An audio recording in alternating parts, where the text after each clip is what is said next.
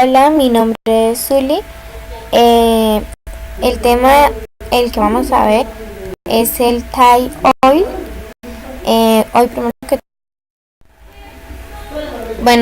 que todo, voy a hablar un poco acerca de qué es el Thai Oil, en general de cómo funciona, principalmente también de los Estados Unidos, que son quienes lideran el tema, y de cómo el Thai Oil afecta de manera directa y significativamente la economía mundial, y pues no solamente centrarnos en los Estados Unidos, sino también en otros países que en la actualidad ya se están metiendo también mucho en el tema del Thai Oil, y de cómo en un futuro eh, el Thai Oil va a representar algo muy importante en la economía mundial.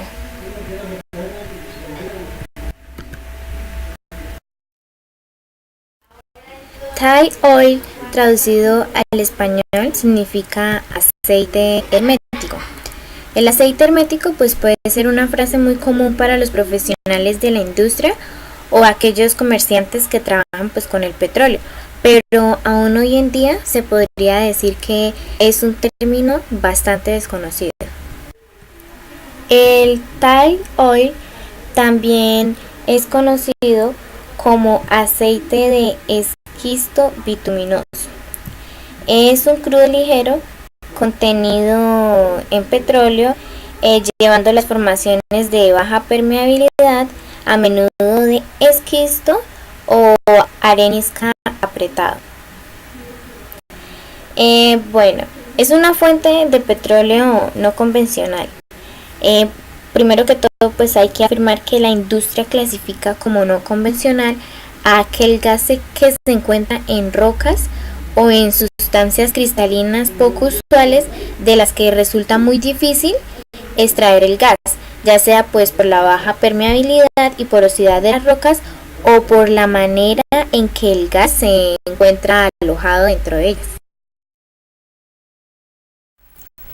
Existen altos beneficios en la producción de Thai Oil.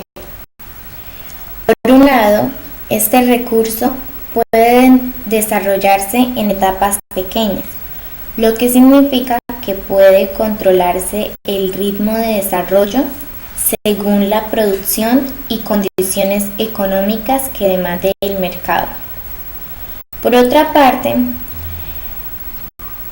el hecho de que se caracterice por tener ciclos cortos entre la primera producción y la inversión inicial, lo que le posibilita llegar al mercado con mayor rapidez.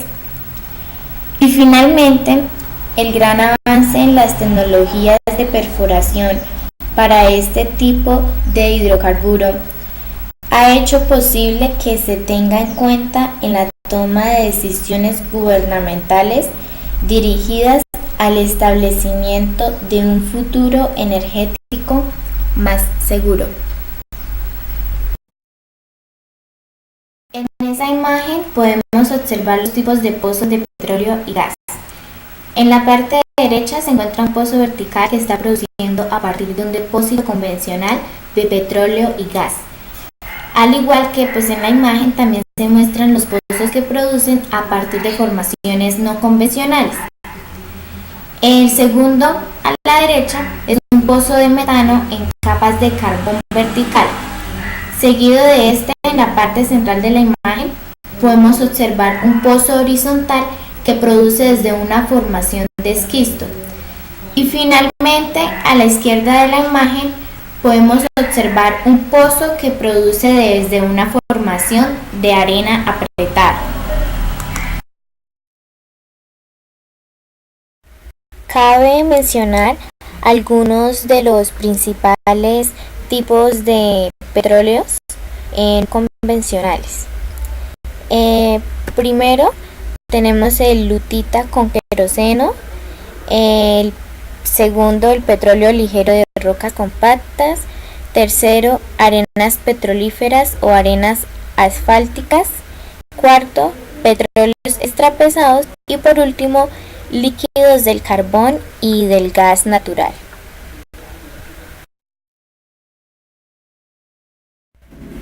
El aceite hermético es un tipo de aceite que se encuentra en depósitos impermeables de isla. Se trata pues de rocas madres de hidrocarburos que tras sufrir un proceso de maduración térmica conveniente han generado gas. Parte de este se encuentra todavía en la roca, aunque por otra parte puede haber migrado verticalmente acumulándose en yacimientos convencionales. Como los fluidos no pueden moverse fácilmente a través de rocas de baja permeabilidad, la producción comercial del gas requiere de técnicas mucho más avanzadas, como lo son la fracturación hidráulica, o más conocido como fracking, y la perforación de sondeos horizontales multilaterales. El aceite hermético se procesa en gasolina, diésel y combustible para aviones, al igual que el petróleo convencional, pero pues la diferencia es que se extrae mediante la fracturación hidráulica.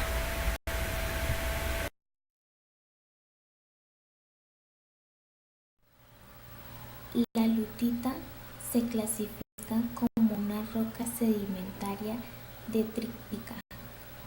Las lutitas se localizan en ambientes sedimentarios acuosos, caracterizados por existir un nivel de energía muy bajo, como las llanuras de inundación de ríos o los fondos de lagos y mares. El viento con la generación de polvo produce una acumulación de lutitas que se denomina loess, y los procesos de meteorización química de rocas calizas denominadas residuales. La lutita está formada por minerales arcillosos como cuarzo, feldespato y mica. La lutita es una roca de aspecto homogéneo, con olor a tierra mojado al humedecerla y con granos muy pequeños imperceptibles a simple vista. Es la roca sedimentaria más abundante en la corteza terrestre. Puede ser de muchos colores. Negra si tiene materia orgánica en su composición. Gris, gris azulado, blanco o verde si se ha formado en ambientes deposicionales reductores, y roja o amarilla en ambientes oxidantes. Tal cual como se observa en la gráfica, se espera que la producción mundial de petróleo apretado se dé entre 2015 y 2040, pasando de 4.98 millones de barriles por día en 2015 a 10.36 millones de barriles por día en un futuro en el 2040. Principales características de los hidrocarburos convencionales y no convencionales. El hidrocarburo convencional son grandes acumulaciones en rocas permeables que han migrado desde la roca generadora. En el no convencional son gotas de petróleo y gas atrapadas en rocas de baja permeabilidad, más conocidas como lutitas. En el no convencional, el hidrocarburo no puede fluir, ya que se requiere de fracturación hidráulica, más conocido como fracking. En el convencional, por lo contrario, el hidrocarburo fluye de una manera espontánea, y esto se da al menos al principio. En el no convencional hay una baja productividad por pozo y se acaban más rápido, en promedio de 2 a 3 años.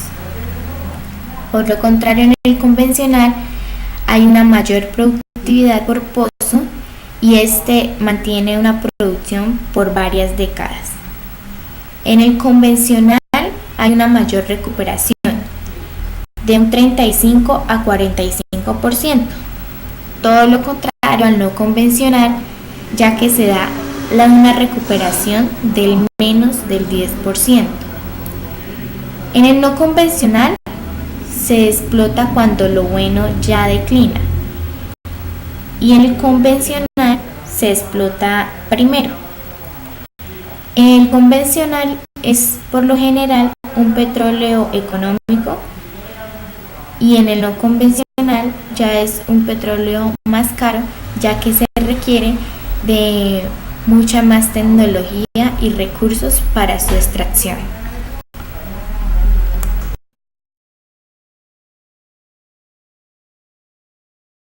Como En el Tierra del siguiente Fuego, video vamos a poder apreciar un poco acerca del proceso de extracción. más conocido como tight gas.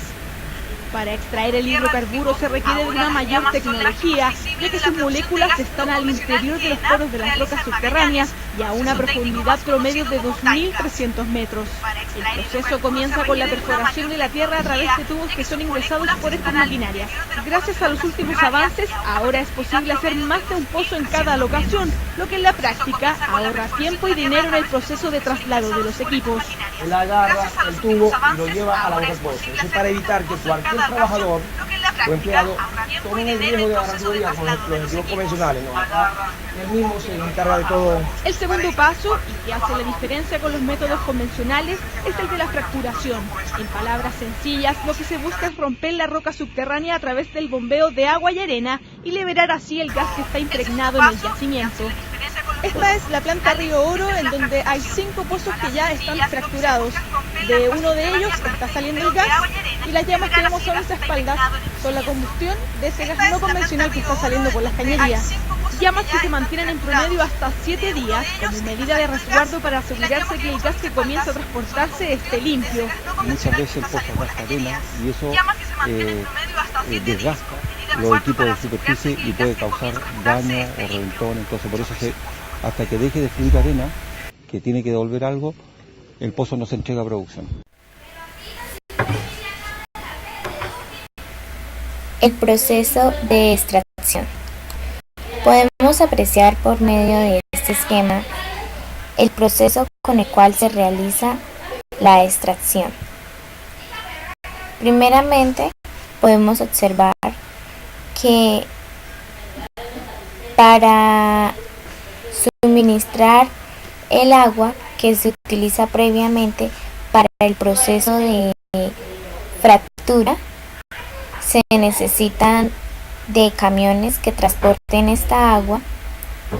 Seguido a ello, se utiliza un sistema de bombeo que inyecta una mezcla previa que ya se ha hecho con arena, agua y químicos. Esta es introducida en el pozo. El pozo se hace de manera horizontal y debido a la presión dentro del pozo se hacen fisuras. Dentro de la capa de pizarra se encuentra la mezcla de agua, arena y productos químicos que se introducen. La arena mantiene las fisuras abiertas y por medio de las fisuras es que el gas fluye. El agua que es recuperada de la extracción se almacena en balsas abiertas y luego es llevada a plantas de tratamiento para que se le pueda dar un nuevo uso. El gas se almacena en tanques para previamente se transporten por medio de los tubos. Por medio de esta imagen vamos a ir paso a paso hablando de la fracturación hidráulica. En primera tenemos una mezcla de 100.000 metros cúbicos de agua tratada químicamente y arena son inyectadas al subsuelo. Esto se hace con la intención de generar la fractura de la roca. Este es el primer paso. Y pues también con el objetivo de liberar el gas o el hidrocarburo. El segundo paso que está acá, el pozo se encuentra recubierto de acero y cemento con el objetivo de evitar fugas. Baja hasta una profundidad de entre 2.500 y 5.000 metros, donde se encuentran los yacimientos. Se calcula que los acuíferos más profundos se encuentran a unos 500 metros bajo la superficie. En el tercer paso que tenemos, la alta presión del agua genera la ruptura de las rocas no porosas que rodean el gas o al hidrocarburo. Eso genera la liberación del recurso que es recuperado a través del pozo. En la cuarta instancia nos encontramos con los acuíferos subterráneos. Pueden verse por filtraciones del agua tratada químicamente y por la llegada de gas metano generado por la fractura. De allí nos dirigimos a la quinta, estación. El gas que ya ha sido extraído del subsuelo se envía en camiones hasta la planta de almacenaje y tratamiento antes de su consumo. En esta sexta parte, la fracturación de la roca puede generar la emisión de gas metano, el cual es muy contaminante, y si entra en contacto en grandes cantidades producirá el fenómeno del agua inflamable. En el séptimo encontramos las bombas conectadas a los acuíferos subterráneos, que son los que ya habíamos mostrado acá. Envían el agua a los hogares. Los ecologistas denuncian que ha podido entrar en contacto con algunas fugas. En el octavo se encuentra la solución hidráulica inyectada al subsuelo. Se recupera entre el 15% y el 80%. Ese líquido queda almacenado en balsas hasta su depuración.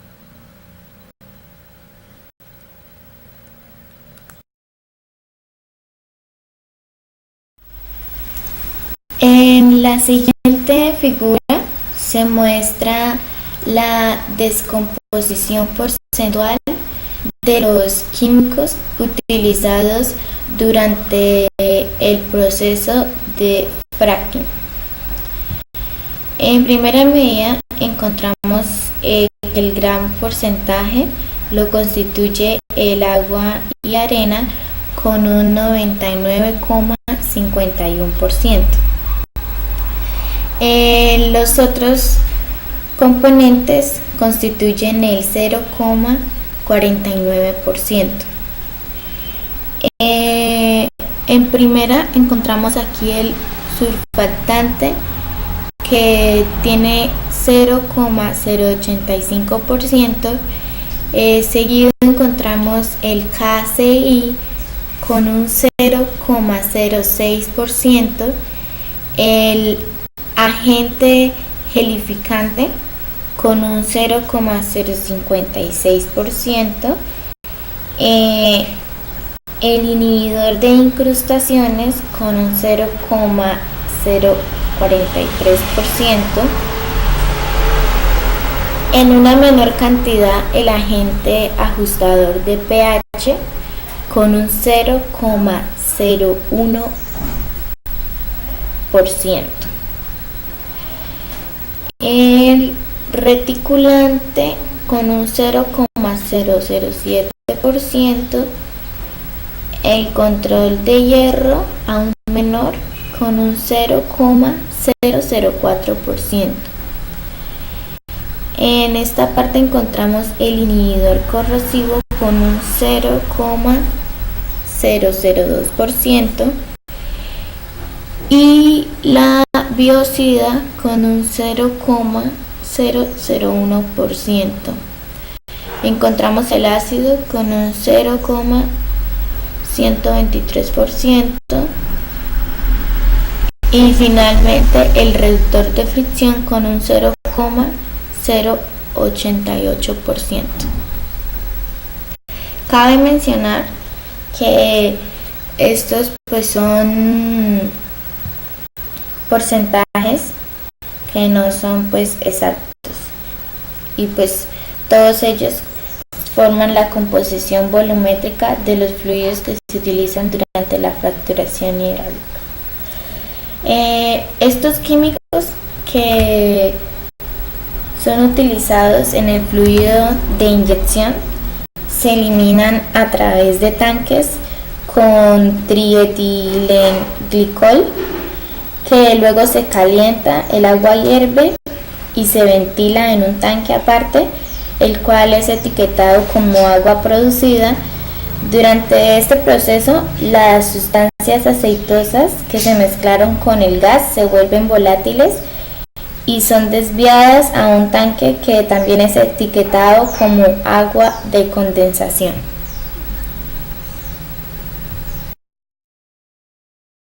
Cabe mencionar algunas de las ventajas principales que posee el uso del fracking. Mejora la producción. Desarrolla reservas adicionales. Sobrepasa zonas altamente dañadas. Reduce la deposición de asfaltenos. Asegura la producción de intervalos con arcillas laminares. Conecta sistemas de fracturas naturales. Incrementa el área efectiva de drenaje de un pozo. Disminuye la velocidad de flujo en la matriz rocosas. Y en fin, una gran cantidad de ventajas que posee el fracking.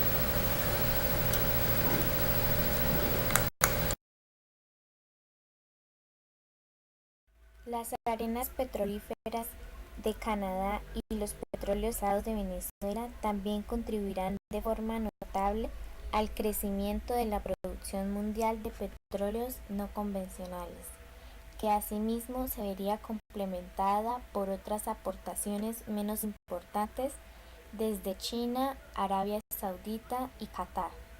En conjunto, considerando tanto los petróleos convencionales como los no convencionales, el balance de la producción durante el periodo que va de 2012 a 2035 es claramente favorable para Irak, Brasil, Canadá y Estados Unidos, mientras que en el extremo opuesto se situarían Rusia, China, Noruega, Reino Unido, seguidos a distancia por Kuwait y Argentina. Por otra parte, Venezuela, Qatar, Arabia Saudita y la Unión de Emiratos Árabes se mantendrían en una posición de total equilibrio.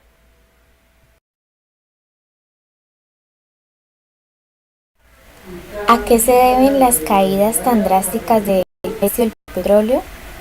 ¿Cuáles son los efectos que esto contrae para las economías mundiales?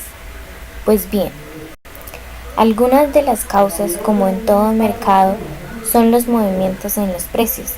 Pueden atribuirse a factores de oferta y demanda. Todo parece indicar dos factores relacionados con el lado de la oferta. El primero es el desarrollo de la extracción de hidrocarburos no convencionales, que es lo que actualmente ha permitido que los Estados Unidos incremente su producción de manera muy acelerada. ya que en tan solo 6 años la producción de este hidrocarburo ha crecido casi el 90%. Como consecuencia de este crecimiento tan acelerado, países productores de crudo que antes encontraban en Estados Unidos un comprador, ahora se han visto forzados a competir en mercados alternativos, principalmente en el continente asiático, a precios mucho más bajos de los que anteriormente ellos vendían a los Estados Unidos. El segundo factor es que los miembros de la OPEC es un cártel de estados del cual Estados Unidos no forma parte y que es responsable del 40% de la producción mundial. Ha preferido mantener sus niveles de producción inalterados y de este modo ejercer presión sobre las empresas estadounidenses. Este gran incremento de la oferta, junto con una demanda débil debido a la lenta recuperación de la economía mundial, ha conducido inevitablemente a una caída significativa del precio del petróleo. Los ganadores inmediatos son los países importadores. Los precios del petróleo más bajos aumentan el poder adquisitivo de los hogares que pagan menos por gasolina, gas y transporte, así como el de las empresas que utilizan hidrocarburos como factores en su producción. Los perdedores inmediatos son los países exportadores. Precios más bajos implican menos ganancias para las empresas productoras, lo que genera presiones a la baja en salarios y en la recaudación de los gobiernos. Por ejemplo, los gobiernos de grandes productores como Rusia y Arabia Saudita se han visto obligados a reducir drásticamente sus inversiones públicas.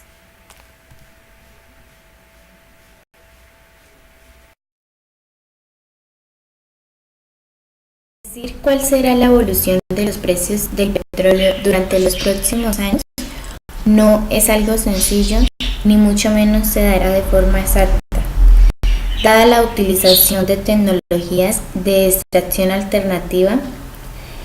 La evolución de la oferta dependerá en gran medida de la capacidad de los países productores para alcanzar acuerdos para controlar la producción. Si los precios permanecen bajos, es probable que la economía mundial se vea favorecida por este hecho.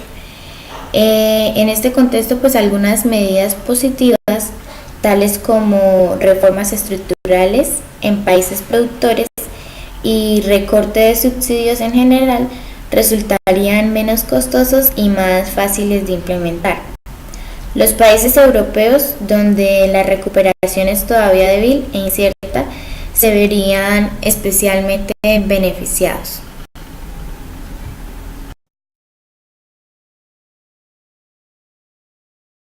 Para entender el impacto del aumento de la producción del Thai Oil en el precio del petróleo, hay que diferenciar el impacto sobre el precio en Estados Unidos y en el resto del mundo. Entre 2011 y 2015, mientras existía la prohibición a las exportaciones norteamericanas de petróleo, se generó un diferencial de precios con respecto al resto del mundo. Respecto al impacto en la economía de la caída de los precios del petróleo, la visión tradicional defendería que una caída inesperada del precio del petróleo favorece el crecimiento económico. No obstante, en este caso, la caída de los precios produce una caída de la inversión del sector petrolero que compensó en términos de impacto sobre el aumento de gasto por mayor renta disponible de los consumidores. Considerando el impacto para las economías importadoras europeas, este será inferior a lo que se podría esperar por aspectos como la depreciación del euro y el estancamiento de la economía global.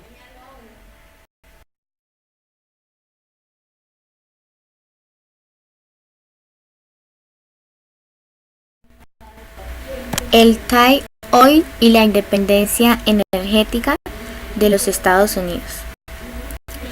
Las nuevas tecnologías de perforación horizontal y fractura hidráulica, más conocido como fracking, están convirtiendo a los Estados Unidos en el principal productor mundial de petróleo.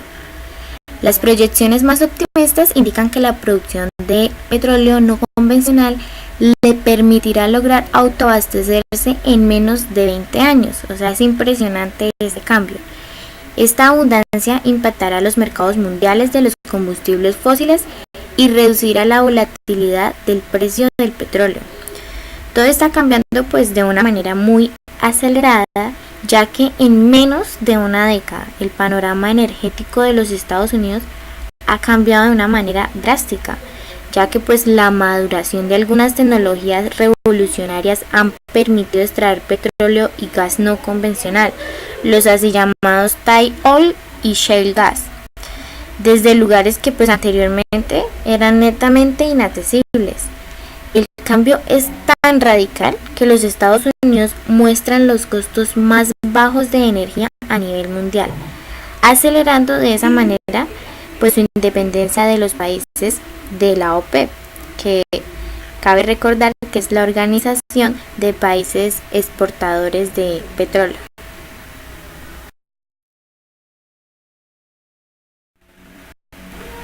La ventaja del Thai Oil es que su producción es flexible, por lo que ante una mayor caída de los precios la producción puede ajustarse rápidamente. De este modo, los Estados Unidos podría convertirse en el pivote de la producción, moderando los auges y caídas del mercado global del petróleo. El impacto podría ser mayor cuando las nuevas tecnologías se exporten, lo que ya estaría ocurriendo en China, Rusia y Argentina.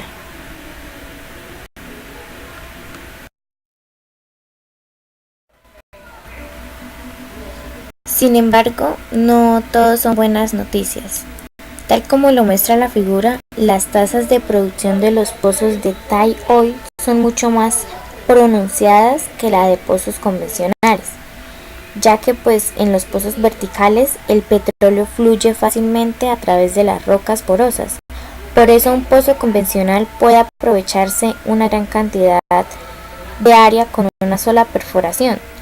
Como resultado, el volumen bombeado disminuye lentamente, en promedio un 6% por año. Por el contrario, en los pozos no convencionales, el petróleo se encuentra atrapado en rocas porosas, pero muy poco permeables, y pues por esta razón va a fluir de manera más lenta. De este modo, un pozo horizontal cubrirá mucho menos área, y su producción caerá con bastante rapidez, por lo general un 30% al año. En consecuencia, para mantener los mismos niveles de producción, pues la perforación debe ser constante. Por ejemplo, pues digamos la Agencia Internacional de Energía estima que para mantener la producción en 1 millón de barriles por día en el campo Bakken, que es el principal campo en los Estados Unidos, se requerirían al menos 2.500 nuevos pozos por año.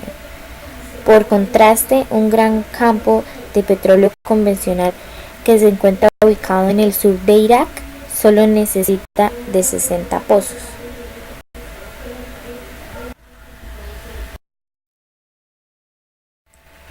Es importante mencionar que el fracking tampoco está pues exento de polémica, ya que los grupos ambientalistas se oponen al uso de esta tecnología debido a los problemas ambientales ambientales que traería asociados: emisiones fugitivas de metano, que es el gas de efecto invernadero, temblores locales y contaminación de las napas subterráneas de agua. Francia y Bulgaria recientemente prohibieron el uso de esta tecnología.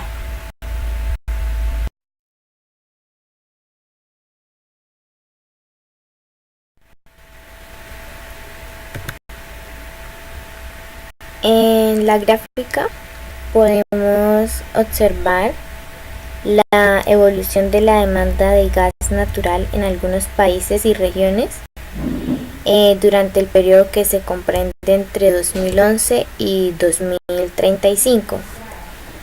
Bueno, ahí podemos observar principalmente que a la cabeza se encuentra Estados Unidos.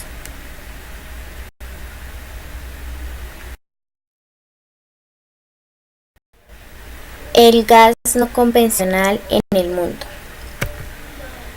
Colombia, Venezuela, Estados Unidos, Canadá, China e India, entre otros, son parte de los 32 países que cuentan con un alto potencial de reservas no convencionales de gas, según un informe publicado por el Departamento de Estado de Energía de Estados Unidos.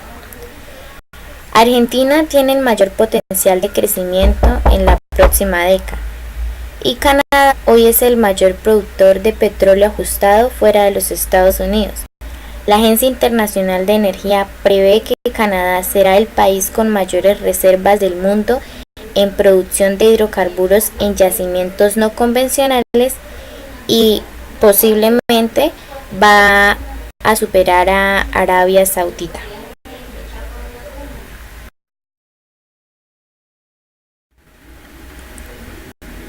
Gas no convencional en Canadá. Bueno, esta es la cuenca canadiense clave en el desarrollo de este tipo de recursos, que es la Western Canada Sedimentary, que está ubicada al noreste del territorio. Bueno, Canadá es considerado como un país pionero en la producción de hidrocarburos, pues se caracteriza por presentar una de las industrias más maduras en esta materia. El país pues se encuentra en el momento adecuado para pensar en las ventajas de la extracción de este tipo de recursos, que en gran medida pues más adelante podrían representar el autoabastecimiento a largo plazo.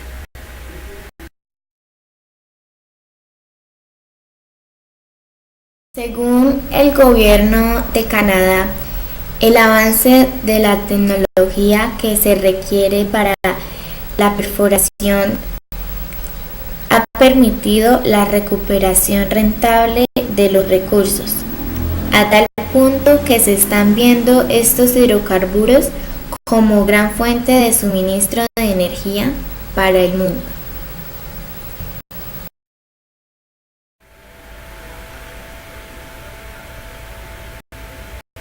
Colombia debe aprender de la experiencia canadiense. Hay que aprovechar el interés de la industria petrolera, dado el ambiente favorable que el país ofrece para la inversión en el sector. El gobierno nacional está trabajando en impulsar el desarrollo de los no convencionales, tratando pues de flexibilizar las normas para su comercialización y ajustando los términos contractuales y fiscales para su promoción.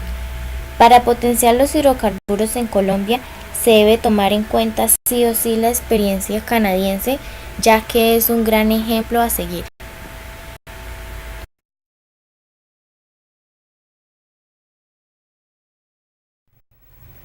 En el Ministerio de Medio Ambiente le abrieron la puerta al fracking, este polémico método de explotación en el que además están interesados 5 grandes multinacionales, las cuales son Ecopetrol, ConocoPhillips, Exxon, Drummond Pares Resources. ExxonMobil lidera este grupo. El cuerpo diplomático de ese país hace escuchar su voz por los rincones de los ministerios de Minas y Ambientes, así como en la ANH. En el 2013, el gobierno de Estados Unidos invitó a funcionarios del Ministerio de Minas del ANLA para mostrarles exitosos ejemplos de fracking. La ANLA depende del Ministerio de Ambiente, pero actúa como a su aire más cerca del Ministerio de Minas, de manera que el gran sacrificado y cuya voz poco cuenta es el Ministerio de Ambiente. Importa tampoco esta cartera en el gobierno que Santos permitió que pasaran X funcionarios, ninguno con experiencia en el sector. Las 5 empresas con títulos para explotar con fracking solo esperan la reglamentación final por parte del Ministerio de Ambiente.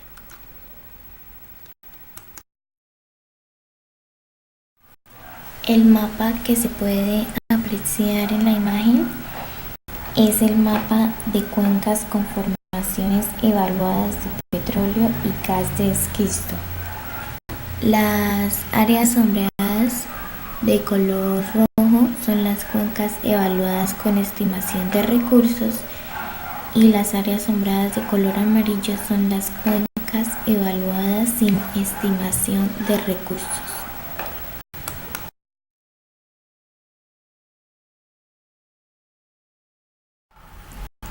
Continuando con el análisis mundial de los yacimientos no convencionales que tiene ya reservas estimadas, en la anterior imagen se encontraban sombreados de color rojo. A continuación, el ranking de países con reservas de petróleos no convencional. Este análisis se encuentra expresado en miles de millones de barriles. En primer lugar, podemos observar que se encuentra Rusia con 75.000 millones de barriles. En segundo lugar, se encuentra Estados Unidos con 58.000 millones de barriles. En tercer lugar, está China con 32.000 millones de barriles. En cuarto lugar se encuentra Argentina con 27.000 millones de barriles. En quinto lugar se sitúa Libia con 26.000 millones de barriles. En Venezuela, que ocupa el sexto lugar, con 13.000 millones de barriles. Seguido a él, de séptimo lugar, se encuentra México con 13.000 millones de barriles. En el octavo puesto, Pakistán con 9.000 millones de barriles. En noveno lugar, Canadá, al igual que Pakistán, posee 9.000 millones de barriles. Y en décimo lugar, Indonesia con 8.000 millones de barriles, y esto en su totalidad mundialmente suma 345.000 millones de barriles. Hay que recordar que este es el ranking de países con reservas de petróleo no convencional, y esta pues es una estimación solamente.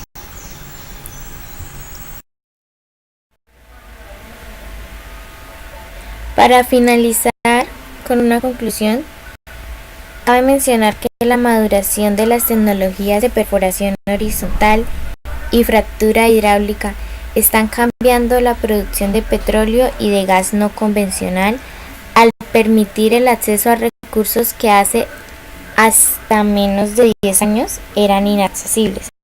Hoy en día los Estados Unidos ya están viendo los frutos económicos de esta energía abundante y sobre todo barata.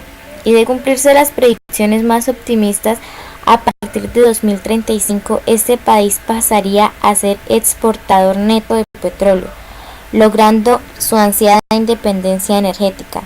También se esperan nuevas producciones en Europa, China, Rusia y, como ya lo había mencionado, en Argentina.